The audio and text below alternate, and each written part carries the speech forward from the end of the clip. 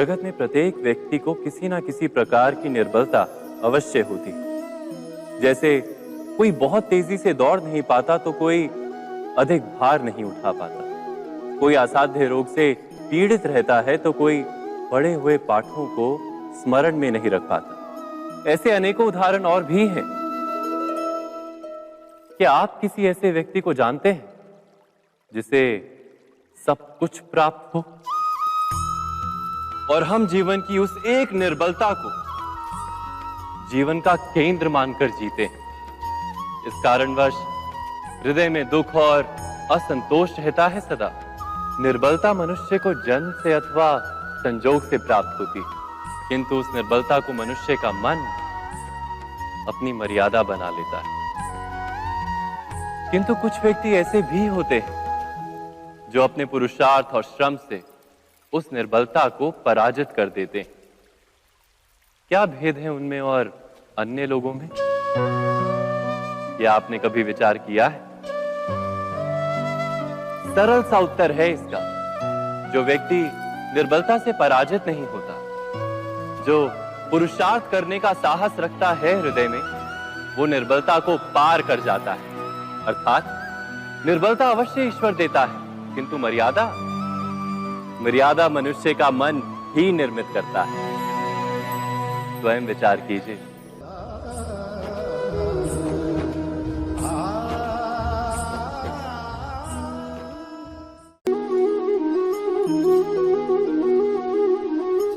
भविष्य का दूसरा नाम है संघर्ष। हृदय में आज इच्छा होती है और यदि पूर्ण नहीं हो पाती तो हृदय भविष्य की योजना बनाता है। भविष्य में इच्छा पूर्ण होगी ऐसी कल्पना करता रहता है, किंतु जीवन ना तो भविष्य में है ना अतीत में। जीवन तो इस क्षण का नाम, अर्थात इस क्षण का अनुभव ही जीवन का अनुभव।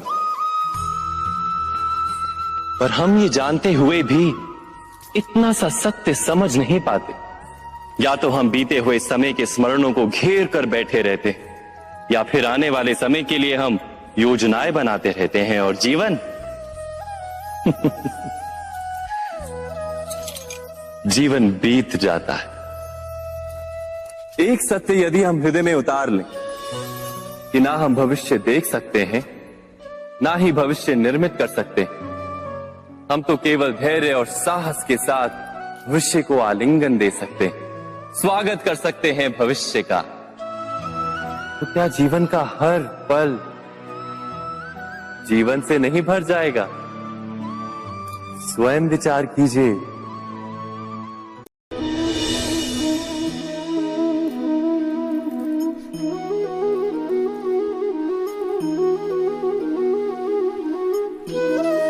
ज्ञान प्राप्ति सदा ही समर्पण से होती है, यह हम सब जानते हैं। किंतु समर्पण का वास्तविक महत्व क्या है? क्या हमने कभी विचार किया? मनुष्य का मन सदा ही ज्ञान प्राप्ति में विभिन्न बाधाओं को उत्पन्न करता है। कभी किसी अन्य विद्यार्थी से ईर्ष्या हो जाती है, कभी पढ़ाए हुए पाठों पर संदेह जन्मता है और कभी गुरु द्वारा दिया गया दंड मन को अहंकार से भर देता है। नहीं, क्या ऐसा नहीं होता? न जाने कैसे कैसे विचार मन को भटकाते हैं और मन की इसी अयोग्य स्थिति के कारण हम ज्ञान प्राप्त नहीं कर पाते। मन की योग्य स्थिति केवल समर्पण से निर्मित होती है।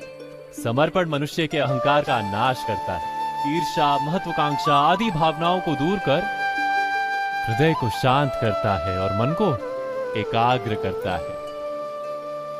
वास्तव में ईश्वर की सृष्टि में ना ज्ञान की मर्यादा है ना ज्ञानियों की। गुरु दत्तात्रेय ने तो गाय और श्वान से भी ज्ञान प्राप्त कर लिया था।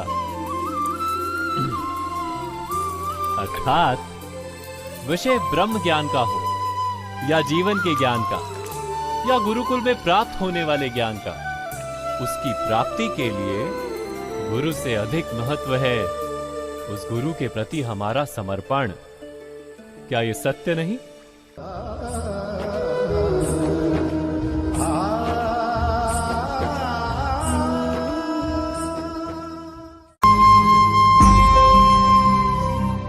प्रत्येक मनुष्य के जीवन में ऐसा क्षण अवश्य आता है जब सारे स्वप्न, सारी आशाएं, सारे दृश्य ध्वस्त हो जाते हैं। जीवन के सारे आयोजन ही बिखर जाते हैं।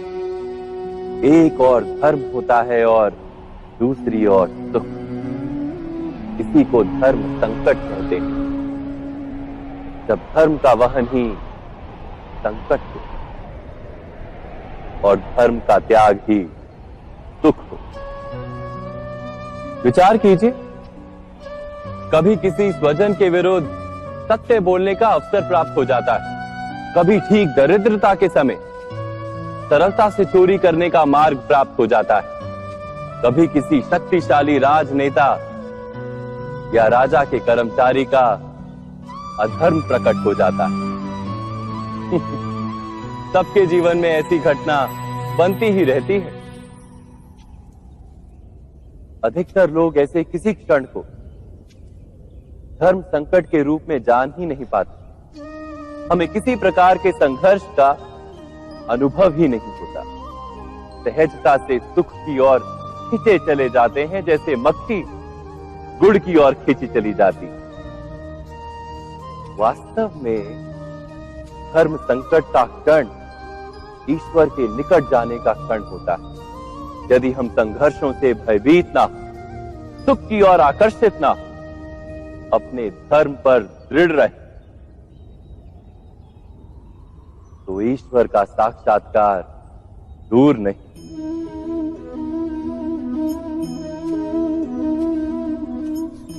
पवन से युद्ध करने वाला पत्ता यदि पेड़ से गिरता है तो भी आकाश की ओर उठता है। पवन से झुकने वाली घास वहीं भूमि पर रह जाती है। अर्थात धर्म संकट से यदि हम संकट को ही टाल दें तो सुख तो मिलता है, जीवन बढ़ता है, किंतु क्या चरित्र नहीं टूटता? क्या आत्मा दरिद्र नहीं हो जाती? क्या ईश्वर से अंतर नहीं हो जाता? स्वयं विचार कीजिए। दो व्यक्ति जब निकट आते हैं तो एक दूसरे के लिए सीमाएं और मर्यादाएं निर्मित करने का प्रयत्न अवश्य करते हैं। हम यदि सारे संबंधों पर विचार करें तो देखेंगे कि इन सारे संबंधों का आधार यही सीमाएं हैं जो हम दूसरों के लिए निर्मित करते हैं। और यदि अनजाने में भी कोई अन्य व्यक्ति इन सीमाओं को तोड़ता है तो उसी क्षण हमारा हृदय क्रोध से भर जाता है। इन सीमाओं का वास्तविक रूप क्या है? क्या हमने कभी विचार किया? सीमाओं के द्वारा हम दूसरे व्यक्ति को निर्णय करने की अनुमति नहीं देते। अपना निर्णय उस व्यक्ति पर थोपते, अर्थात किसी की स्वतंत्रता का अस्वीकार करते हैं हम। और जब स्वतंत्रता का अस्वीकार किया जाता है तो उसका हृदय दुख से भर जाता है। और जब वो सीमाओं को तोड़ता है तो हमारा हृदय क्रोध से भर जाता है। क्या ऐसा नहीं होता?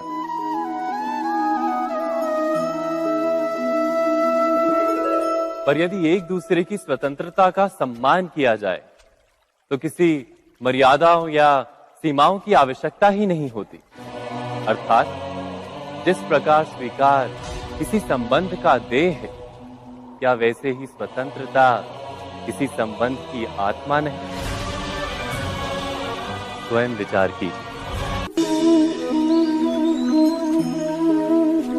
सबके जीवन में ऐसा प्रसंग अवश्य आता है कि सत्य कहने का निश्चय होता है हृदय में, किंतु मुख से सत्य निकल नहीं पाता। कोई भय मन को घेर लेता है। किसी घटना अथवा प्रसंग के बारे में बात करना या फिर स्वयं से कोई भूल हो जाए उसके बारे में कुछ बोलना, क्या ये सत्य है? नहीं, ये तो केवल तथ्य है। अर्थात जैसा हुआ था वैसा केवल बोल देना सामान्य सी बात। किंतु कभी कभी उस तथ्य को बोलते हुए भी भय लगता है। कदाचित किसी दूसरे की भावनाओं का विचार आता है मन। दूसरे को दुख होगा ये भय भी शब्दों को रोकता है। तो ये सत्य क्या है? क्या हमने कभी विचार किया है? जब भय रहते हुए भी कोई तथ्य बोलता है तो वो सत्य कहलाता है। वास्तव में सत्य कुछ और नहीं, केवल निर्भयता का दूसरा नाम है। और निर्भय होने का कोई समय नहीं होता, क्योंकि निर्भयता आत्मा का स्वभाव है। अर्थात क्या प्रत्येक क्षण सत्य बोलने का क्षण नहीं होता?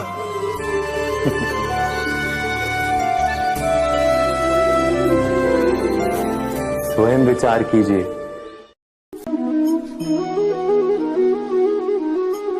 श्रेष्ठता का क्या अर्थ है?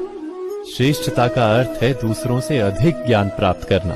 अर्थात मूल्य इस बात का नहीं कि स्वयं कितना ज्ञान प्राप्त किया, मूल्य इस बात का है कि प्राप्त किया हुआ ज्ञान अन्य लोगों से कितना अधिक है। अर्थात श्रेष्ठता की इच्छा ज्ञान प्राप्ति को भी एक स्पर्धा बना देती है। और स्पर्धा में विजय अंतिम कब होती है?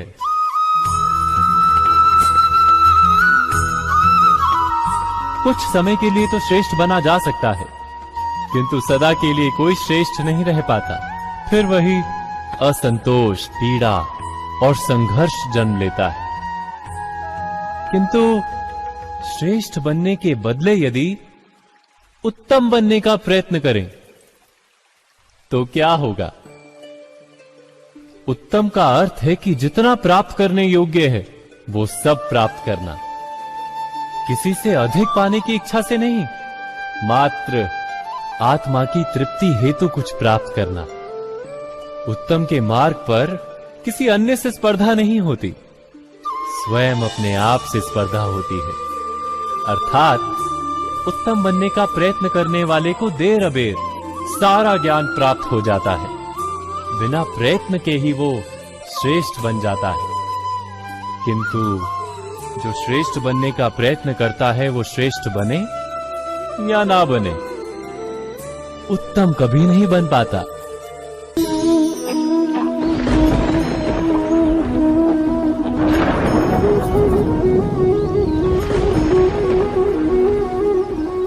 सपनों और पूर्वाभासों के आधार पर हम भविष्य के सुख दुख की कल्पना करते हैं। भविष्य के दुख का कारण दूर करने के लिए हम आज योजना बनाते हैं।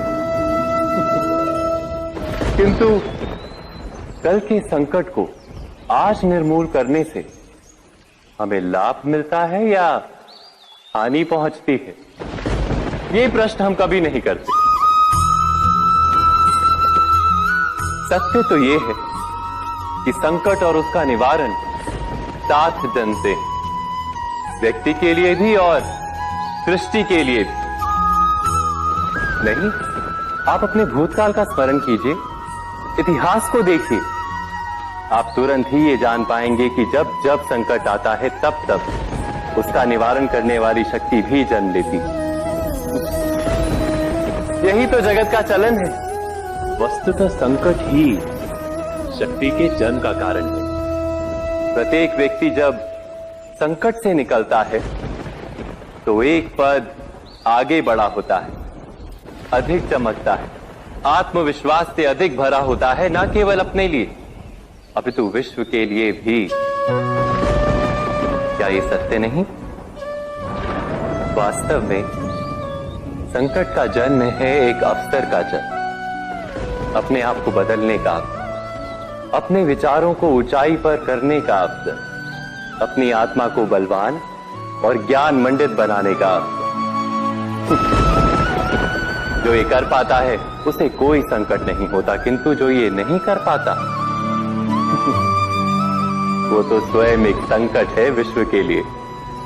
विचार कीजिए।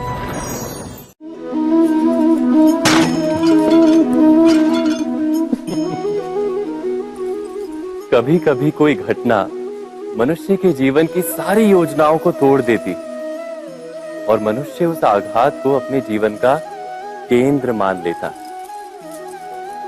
पर क्या भविष्य मनुष्य की योजनाओं के आधार पर निर्मित होते हैं? नहीं। जिस प्रकार किसी ऊंचे पर्वत पर सर्वप्रथम चढ़ने वाला उस पर्वत की तलाई में बैठकर जो योजना बनाता है, क्या वही योजना उसे उस पर्वत की चोटी तक पहुंचाती है? नहीं। वास्तव में वो जैसे जैसे ऊपर चढ़ता है, वैसे वैसे उसे नई नई चुनौतियां, नई नई विडंबनाएं, नए नए अवरोध मिलते हैं। प्रत्येक पद पर वो अपने अगले पद का निर्णय करता है। प्रत्येक पद पर उसे अपनी योजनाओं को बदलना पड़ता है। कहीं पुरानी योजना उसे खाई में ना ढकेल दे। वो पर्वत को अपने योग्य नहीं बना पाता, केवल स्वयं को पर्वत के योग्य बना सकता है। क्या जीवन के साथ भी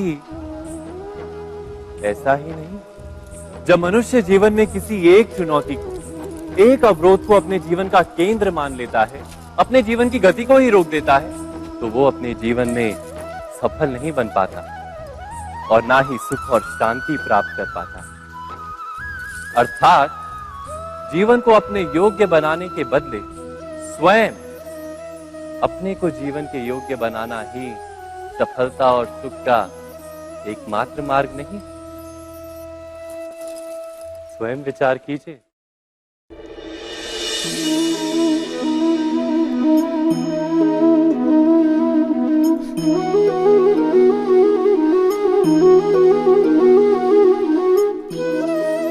जीवन का हर क्षण निर्णय का क्षण होता है। प्रत्येक पद पर दूसरे पद के विषय में कोई निर्णय करना ही पड़ता है और निर्णय अपना प्रभाव छोड़ जाता है। आज किए गए निर्णय भविष्य में सुख अथवा दुख निर्मित करते हैं, ना केवल अपने लिए, अपने परिवार के लिए भी, आने वाली पीढ़ियों के लिए भी। जब कोई दुविधा सामने आती है तो मन व्याकुल हो जाता है, अनिश्चय से भर जाता है। निर्णय का वो क्षण युद्ध बन जाता है और मन बन जाता है युद्ध भूमि। अधिकतर निर्णय हम दुविधा का उपाय करने के लिए नहीं, केवल मन को शांत करने के लिए लेते हैं। पर क्या कोई दौड़ते हुए भोजन कर सकता है? नहीं। तो क्या युद्ध से जूझता हुआ मन कोई योग्य निर्णय ले पाएगा? वास्तव में शांत मन से जब कोई निर्णय करता है तो अपने लिए सुखद भविष्य बनाता है, किंतु अपने मन को शांत करने के लिए जब कोई निर्णय करता है तो वो व्यक्ति भविष्य में अपने लिए कांटों भरा वृक्ष लगाता है। स्वयं विचार कीजिएगा।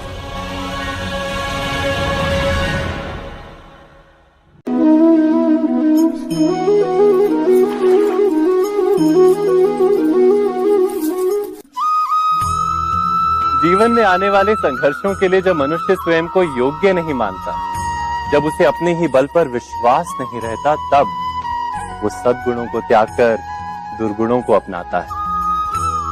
वस्तुतः मनुष्य के जीवन में दुर्जनता जन्म ही तब लेती है जब उसके अंतर में आत्मविश्वास नहीं होता। आत्मविश्वास ही अच्छाई को धारण करता है। ये आत्मविश्वास है क्या?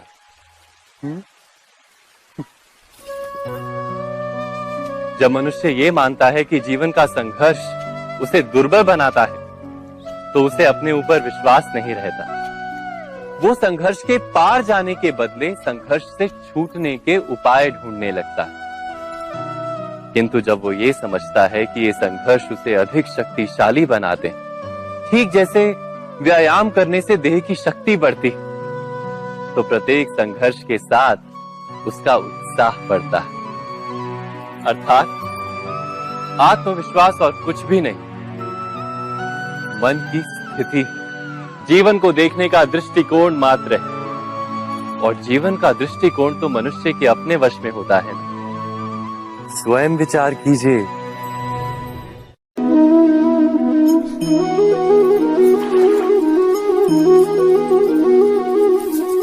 पिता सदा ही अपने संतान के सुख की कामना करते, उनके भविष्य की चिंता करते रहते। इसी कारणवश सदा ही अपने संतानों के भविष्य का मार्ग स्वयं निश्चित करने का प्रयत्न करते रहते। जिस मार्ग पर पिता स्वयं चला है, जिस मार्ग के कंकर पत्थर को स्वयं देखा है, मार्ग की छाया, मार्ग की धूप को स्वयं जाना है, उसी मार्ग पर उसका पुत्र भी चले, यही इच्छा रहती है हर पिता की। निस्संदेह उत्तम भावना है ये, किंतु 3 प्रश्नों के ऊपर विचार करना हम भूल ही जाते हैं। कौन से प्रश्न? प्रथम प्रश्न, क्या समय के साथ प्रत्येक मार्ग बदल नहीं जाते? क्या समय सदा ही नई चुनौतियों को लेकर नहीं आता? तो फिर बीते हुए समय के अनुभव नई पीढ़ी को किस प्रकार लाभ दे सकते हैं? दूसरा प्रश्न, क्या प्रत्येक संतान अपने माता पिता की छवि होता है? हाँ, संतानों को संस्कार तो अवश्य माता पिता देते हैं, किंतु भीतर की क्षमता तो ईश्वर देते हैं। तो जिस मार्ग पर पिता को सफलता मिली है, विश्वास है कि उसी मार्ग पर उसकी संतानों को भी सफलता और सुख प्राप्त होगा। तीसरा प्रश्न, क्या जीवन के संघर्ष और चुनौतियां लाभकारी नहीं होती? क्या प्रत्येक नया प्रश्न एक नए उत्तर का द्वार नहीं खोलता? तो फिर संतानों को नए नए प्रश्नों, संघर्षों और चुनौतियों से दूर रखना, ये उनके लिए लाभ करना कहलाएगा या हानि पहुंचाना? अर्थात जिस प्रकार संतान के भविष्य का निर्माण करने के बदले उसके चरित्र का निर्माण करना श्रेष्ठ है, वैसे संतानों के जीवन का मार्ग निश्चित करने के बदले उन्हें नए संघर्षों के साथ जूझने के लिए मनोबल व ज्ञान देना अधिक लाभदायक नहीं होगा? स्वयं विचार कीजिए।